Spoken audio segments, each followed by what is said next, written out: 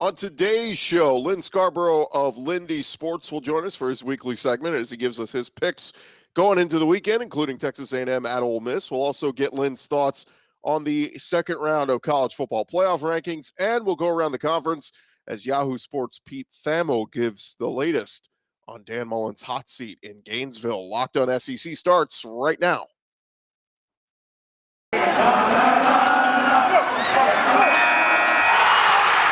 You are Locked On SEC, your daily podcast on the Southeastern Conference. Part of the Locked On Podcast Network, your team every day.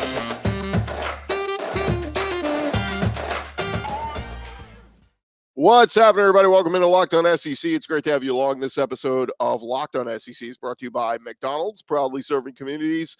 Since 1965, McDonald's has always been more than just a place to get tasty, affordable food. It's an unofficial community center. A big thank you to our friends at McDonald's for always being there. I'm loving it. I'm Chris Gordy. Thank you guys for making Locked On SEC your first listen every day. Remember, Locked On SEC is free and available on all platforms, including YouTube and at LockedOnSEC.com. Let's jump into it. Let's go around the conference. Boots out to the right. Takes the handoff. What a catch! Around the conference. According to a report from Yahoo Sports Pete Thamel, Florida's loss at South Carolina last weekend opened the door for a real conversation on Dan Mullen's job status. Quote, there's already been significant staff changes at Florida with ousting Todd Grantham, John Hevesy. The future of Dan Mullen's tenure at Florida could be tied to how the program responds over these last three games: Samford, at Mizzou, and home for Florida State. Thamel said AD Scott Strickland hired Mullen at Florida, was part of the staff that hired him at Mississippi State. So there's a lot of, quote, sweat equity built up there between the two. The tenor of the loss of South Carolina opened up the conversation for firing Mullen. Mullen's struggles have been uncharacteristic the past year. Penalties, turnovers, Florida beating itself at times. Dan Mullen knows these things need to change. As Florida started Mullen's tenure, 29-6, it's been 4-8 since. On Monday, Mullen said the decision to fire Grantham and the O-line coach was his. It was not mandated to him. He said Scott Strickland is confident in his ability to right the ship. So, play with fire here these last 3 weeks, Dan Mullen. You better win out. Pete Thamel also had a big name as LSU continues their coaching search, and he has Texas A&M coach Jimbo Fisher pinned as their top target. Thamel writes, until another coach is walked to the podium at the news conference by Scott Woodward, the LSU athletic director, it's safe to project that Jimbo Fisher is his target. It's always been Woodward's dream candidate, and his history of paying historic amounts for Fisher is evidence of that desire. He said, the names are all familiar: James Franklin, Luke Fickell, Dave Aranda, Lane Kiffin, Mel Tucker. But if it's not Jimbo Fisher, the name will be big and the price tag expensive. He said, expect the LSU A&M game at the end of the season in Baton Rouge to be a quintessential SEC spectacle. If you recall, Scott Woodward was the man who fired or brought Jimbo Fisher, rather, from Tallahassee to College Station in 2017. After an investigation was opened by the Athens-Clarke County Police after an alleged rape incident involving Georgia linebacker Adam Anderson, authorities on Wednesday formally charged the senior linebacker with a felony. According to Seth Emerson of The Athletic, Anderson's lawyer stated Wednesday night that Anderson voluntarily turned himself into police and has denied any wrongdoing since the initial allegations were announced. His lawyer said he is innocent of the charge brought against him and he intends to vigorously defend himself in court. Anderson played against Florida on October 30th in Jacksonville prior to his suspension, but the football program stated that it and Kirby Smart had not been made aware of the rape allegation or investigation until Monday, November 1st. So Anderson's a loss for the Georgia defense, but more importantly, it's got a sticky situation that's got to be ironed out before any future of him playing football back with Georgia becomes a reality. So bigger issues to deal with, and Georgia's going to have to continue to play without one of their better defensive players. Now, the defense is still really good, but again, more serious issues to take care of for him and Georgia. Speaking of Georgia, former quarterback Aaron Murray has a unique view on the quarterback situation, given he was once a starter there. He was talking on SiriusXM College Football's network this week, and he said the QB1 for Georgia is Stetson Bennett. He said not QB2, but QB1, or not just QB1 for a little bit while JT Daniels gets himself healthy. He said because JT was healthy this past week and he was the backup, QB1 is Stetson Bennett. He said, who said this kid couldn't throw the ball over 35 yards? He has been tremendous letting it rip. Missouri tried to do everything they could to stop the run and stop Stetson Bennett from throwing, and he was able to be successful. So Aaron Murray vouching for Stetson Bennett. I'd just say, look at the film against Missouri this past week. JT Daniels was rusty on some throws, threw a ball behind a intended target, ended up getting tipped into the air, intercepted. So, yeah, it's Stetson Bennett's job for the foreseeable future, unless JT Daniels absolutely comes out and wows Kirby Smart Company at practice. I think they're rolling with Stetson Bennett the rest of the way in Athens. Over in Knoxville, Josh Heupel getting his Tennessee crew ready for number 1 Georgia coming to town. And Heupel said it starts with the Bulldogs defense. He said statistically maybe as good as anybody who's ever played the game as a unit. They always have good schemes. They're well coached, extremely talented, and extremely deep. For us, we have got to play very efficient.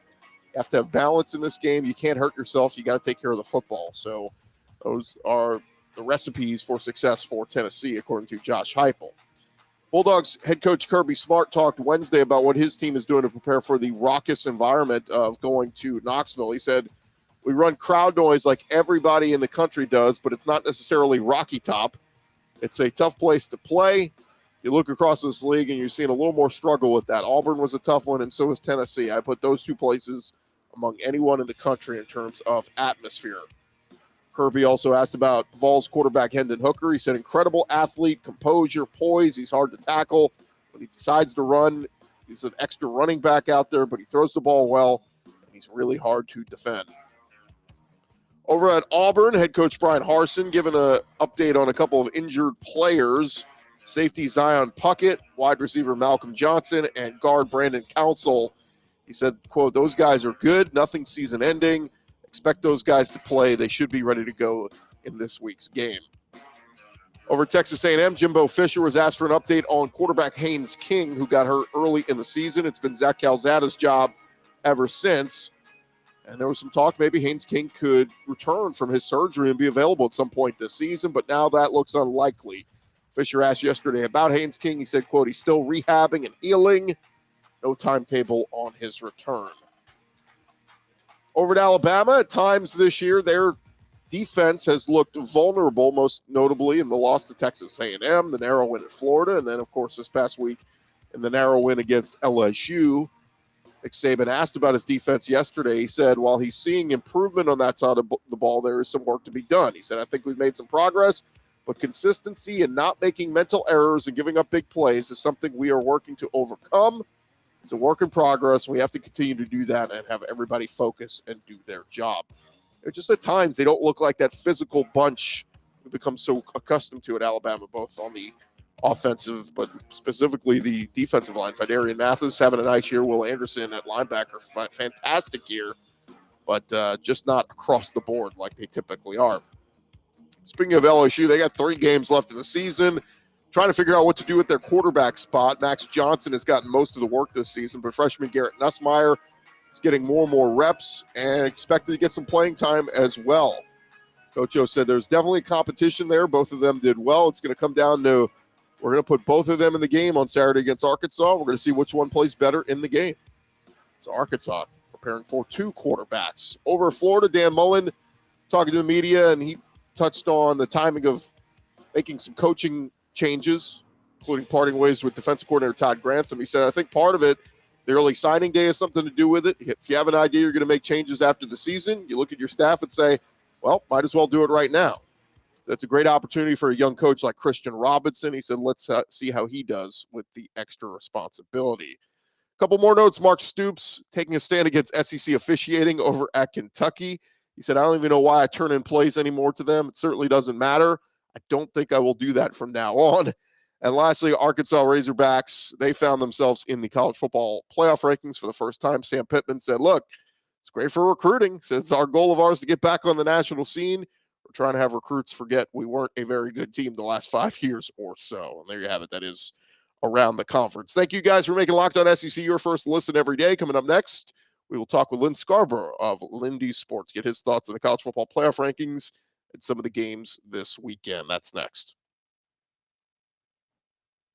Always good to tell you guys about our friends at McDonald's, proudly serving communities since 1965. McDonald's, of course, has always been more than just a place to get tasty, affordable food. It's a place where friends and family can come to reconnect. Of course, you always remember stopping off at a McDonald's, whether it be before a big sporting event, after a big sporting event, SEC campuses all over. There are McDonald's nearby.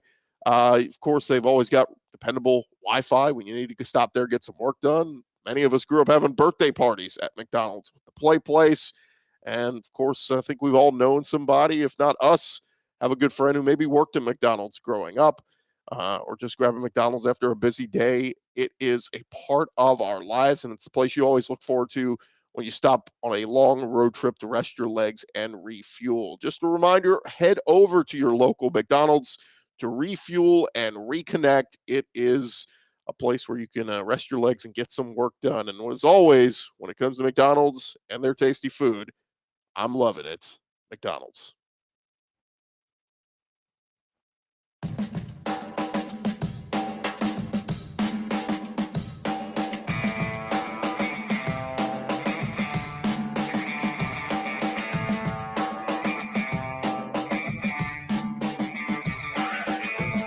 Right along here, Locked On SEC.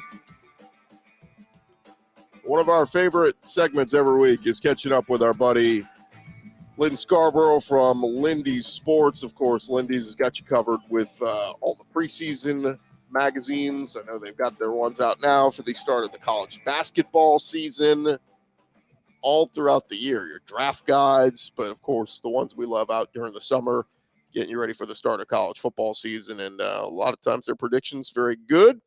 And one of the guys who writes for the website Lindys Sports is our buddy Lyn Scarbrough. And he joins us now as he does every week. Lyn, welcome in. I think let's just start here. I think we were all taken aback by how embarrassing a performance it was we saw from Florida over the weekend, getting blown out at South Carolina. What did you make of that one?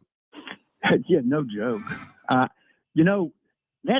This whole Florida thing is one of the more mystifying things. I mean, you can kind of connect dots, but the program has been under NCAA investigation, and not as heavily as some programs, or as notoriously as some that you have to wonder why they haven't been had any punishment. But Florida's had its off the field things. It's had players bailing out of the program. It's had a few injuries, but it's hard to explain. We drank the Kool-Aid like everybody else did. I mean, so I'm kind of criticizing us. We had them in the top 15, but we weren't alone. I mean, Associated Press and the few other people that do what we do, Coaches Poll, all had them up there. And and some just hadn't seemed right the entire season. They go up to Kentucky and lose, but on the field they won that game. I mean, they had more than 100 yards. More than Kentucky in offense. Kentucky won it on a block kick, and Florida had over 100 yards in penalties. But even that shows a real lack of discipline. The fact that happened to them, they lose to LSU, and LSU obviously has had its issues, but they're able to beat Florida. And Florida's good enough that if they kick their first extra point, they probably beat Alabama. I mean, because at the end of the game, they had to go for two. They could just kick the point and taking it into overtime. And they had the momentum, had the home field, and Alabama wasn't playing that well. So they had a shot to do that. But then the way things have just fallen apart. And then this thing last week at South Carolina, I mean, congratulations to South Carolina. They needed a shot in the arm like that. And obviously they deserved to win. They were a much better team. Quite frankly, the score could have been worse. And 40-17 is horrible, and the score could have been worse than that. But it's hard to figure out, guys. I mean, there's obviously not a meshing between Mullen and his players. I don't know if the players, behind the scenes are at each other's throat, but I know the fans. I know a lot of Florida fans, and I know y'all probably do too, and they're certainly not pleased with this. And I think when we talked last week on your show, we said something like, Florida can't afford to lose another ball game. They'll just go in and win out. They'll be 8-4, and it'll go over. Well, it wasn't 4 days later that they get massacred by a team that's not going to win half its games. Talking with Lyn Scarbrough of Lindy Sports. And Lyn, I think, we saw the second round of the college football playoff rankings come out the other night. One thing I just found odd was Alabama remaining at number 2 overall after they struggled with LSU, where, they were over a 4-touchdown favorite in Tuscaloosa. Bama holds on for a 6-point win. But I just thought maybe this week, I would not have been surprised if they had dropped Bama down 1 or 2 spots just based on this week's performance. Or 4 or 5. Why just stop at 1 and 2? It was ridiculous that they were number 2 last week. They got the advantage this week of other people having mediocre games as well as them. But you answered your own question. It's Alabama. I don't want to sound ridiculous about it. And I know that, people know I graduated from Auburn. I also went to Alabama to law school. People know you're an LSU guy. And so that's big rivals. But if LSU was having a good year and played the way that Alabama's been playing, if Auburn was having a good year, they're having a decent year, and we're playing the way Alabama's been playing, they would not be number 2 in the country. The ranking this week's got a lot of flaws to it. Probably not as many as they had last week. Obviously, I wouldn't have Alabama number 2. They should have lost to Florida. They could have lost. They had 6 yards rushing against y'all, Chris. They had 6 yards in the whole ball game, not on one play. They had 6 yards in the ball game. They won a ball game because LSU couldn't score from the Alabama 8-yard line, and they got 6 yards rushing in the whole ball game. If that's the number 2 team in the country, playing at home against a team that's missing about half its players and fired its coach, then we had a whole lot of mediocre teams. Alabama shouldn't be number 2. But then, I don't know that Cincinnati should be that low. Michigan and Michigan State have exactly the same record, and Michigan State beat Michigan. Michigan's ahead of Michigan State. Michigan State should be up there. I think Texas San Antonio, right there close to y'all, UTSA, they're 23rd. And there's a whole bunch of teams ranked ahead of UTSA that would not want to play UTSA. And Sincere McCormick, they would not want to take them on. They'd lose to UTSA. But I think the most ridiculous one's Oklahoma. Oklahoma's 9-0. Nobody's won more games than them. They're an undefeated team in a Power 5 conference. They're not a newcomer, like you said, with Wake Forest. Oklahoma's played in about half of the Final Fours that they've had since they went to this format. And Oklahoma's down there at number 8. You've had weeks when a team doesn't play and they move up because other teams ahead of them either lose or have mediocre performances. Oklahoma sat there and did nothing to hurt itself last week, and they didn't move up a spot. Michigan State loses. Wake Forest loses. Alabama should have lost, could have lost. Michigan State loses, and Oklahoma didn't even move. I don't know what they can do, guys. They play TCU this weekend that beat Baylor. They play Oklahoma State, who's not ranked ahead of them. They don't play anybody that's ranked ahead of them.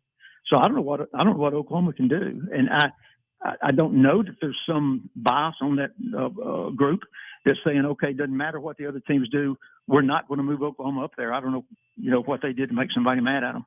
It's hard to say what I think is the worst part of this ranking, but I think Oklahoma being down at number 8 is probably my favorite choice for being the worst part of the poll. All right, stay right there, Lyn. We'll talk more about this weekend's games with you here in just a second. Need to remind you guys about BetOnline.ag, of course. We're going to talk some of the games happening this weekend with Lyn Scarbrough in just a second. But if you want to get in on the action, no better place to go than BetOnline. They got a new web interface with the start of basketball season. College basketball just got underway this week. Of course, the NBA, NFL still got a handful of weeks left, 1 month left of college football. They got more odds, props, and lines than ever before, and BetOnline remains your number one spot for all things basketball and football action the rest of this season. Head on over to their website. You can sign up on your mobile device or your laptop. You can sign up today and receive a 50% welcome bonus on your first deposit. Just use our promo code LOCKEDON. That's LOCKEDON. You will receive your 50% welcome bonus from basketball, football, NHL, boxing. Don't wait to take advantage of all the amazing offers available for the rest of this season. BetOnline is the fastest and easiest way to bet on all your favorite sports. BetOnline is where the game starts.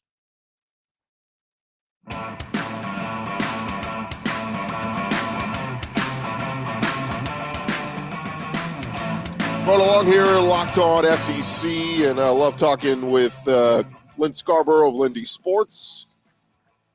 And we continue our conversation with Lyn now. Lyn, two teams looking to finish off their season strong down this stretch. You got Texas A&M and you got Ole Miss. The Aggies travel to Oxford this weekend. Who do you like in this one? It's a big game for two programs still with a lot left to play. Texas A&M at Ole Miss. Yeah, I think Ole Miss will win. I've got an affinity toward Texas A&M. I'm a quasi Texas A&M guy. I like A&M. I like the people. I like the facilities. But I think Ole Miss will win. A realistic evaluation of A&M, since they beat Alabama, they beat Missouri, who's only beaten Vanderbilt. They beat South Carolina, who's only beaten Vanderbilt. And against Auburn, they couldn't score a touchdown. And that to me, I know everybody's excited about them, but that's not a steamroller deal to me. And if Bo Nix doesn't have that fumble, neither team even scores a touchdown in that football game. Ole Miss offense is very, very good. And I suspect that there'll be enough offense from Ole Miss to win the ball game. It's an unusual deal, Chris, because Alabama now, because of A&M beating Auburn, Alabama's the only team that controls its own destiny. But there's still four teams that could play in Atlanta. With 3 weeks left in the season, there's still four teams that could play. If Texas A&M can beat LSU and Ole Miss, which I'm not sure they can, but if they can, then if Auburn can beat Alabama, Texas A&M goes to Atlanta. If Ole Miss or LSU beat Texas A&M, then if Auburn beats Alabama, Auburn goes. A&M's got the advantage of having the tiebreaker against Alabama and Auburn. Ole Miss is sitting there with a chance, but it would have every star on every planet would have to align for them because they don't have the tiebreaker against Alabama or Auburn. They could get a tiebreaker against A&M if they win Saturday, but it wouldn't really matter to them because A&M would have 3 losses, and 3-loss team's not going to make it. So still a lot of football to be played in the Western Division. Eastern Division, not the case. If Georgia beats Tennessee, which, hey, Tennessee's got their offense has been improving enough, they theoretically could beat Georgia. But if Georgia beats them, I think I'm right, guys. I don't have it in front of me, but I think every team in the Eastern Division will have 3 losses with the exception of Georgia, who has 0. And I don't remember any time that any division in the SEC has been such a total runaway as Georgia over the Eastern Division at the same time that with 3 weeks left, you theoretically have got 4 teams in the West that could still play in that championship game. So it's kind of interesting the way that the conferences are working out differently this year. I mean, that the divisions are.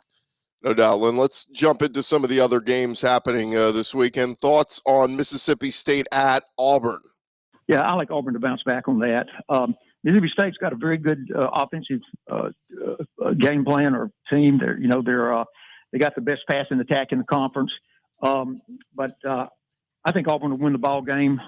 Mississippi State, lost substantially to Alabama, and I don't think they could pull the upset. But Auburn's still in the running in this. If Ole Miss were to beat Texas A&M, then if Auburn wins out, they would go to the championship game. That means they'd have to beat Alabama. But at this point, that's unlikely. But Auburn, if Auburn loses to Mississippi State or South Carolina, it's a moot point. You kind of touched on it a minute ago, but just a quick thought on Georgia heading up to Tennessee. Any shot Tennessee has in your mind? I think Georgia will win the game, of course. But Tennessee's getting them probably at a good time. Tennessee's offense has been playing better last 2 or 3 games particularly. They are playing at home.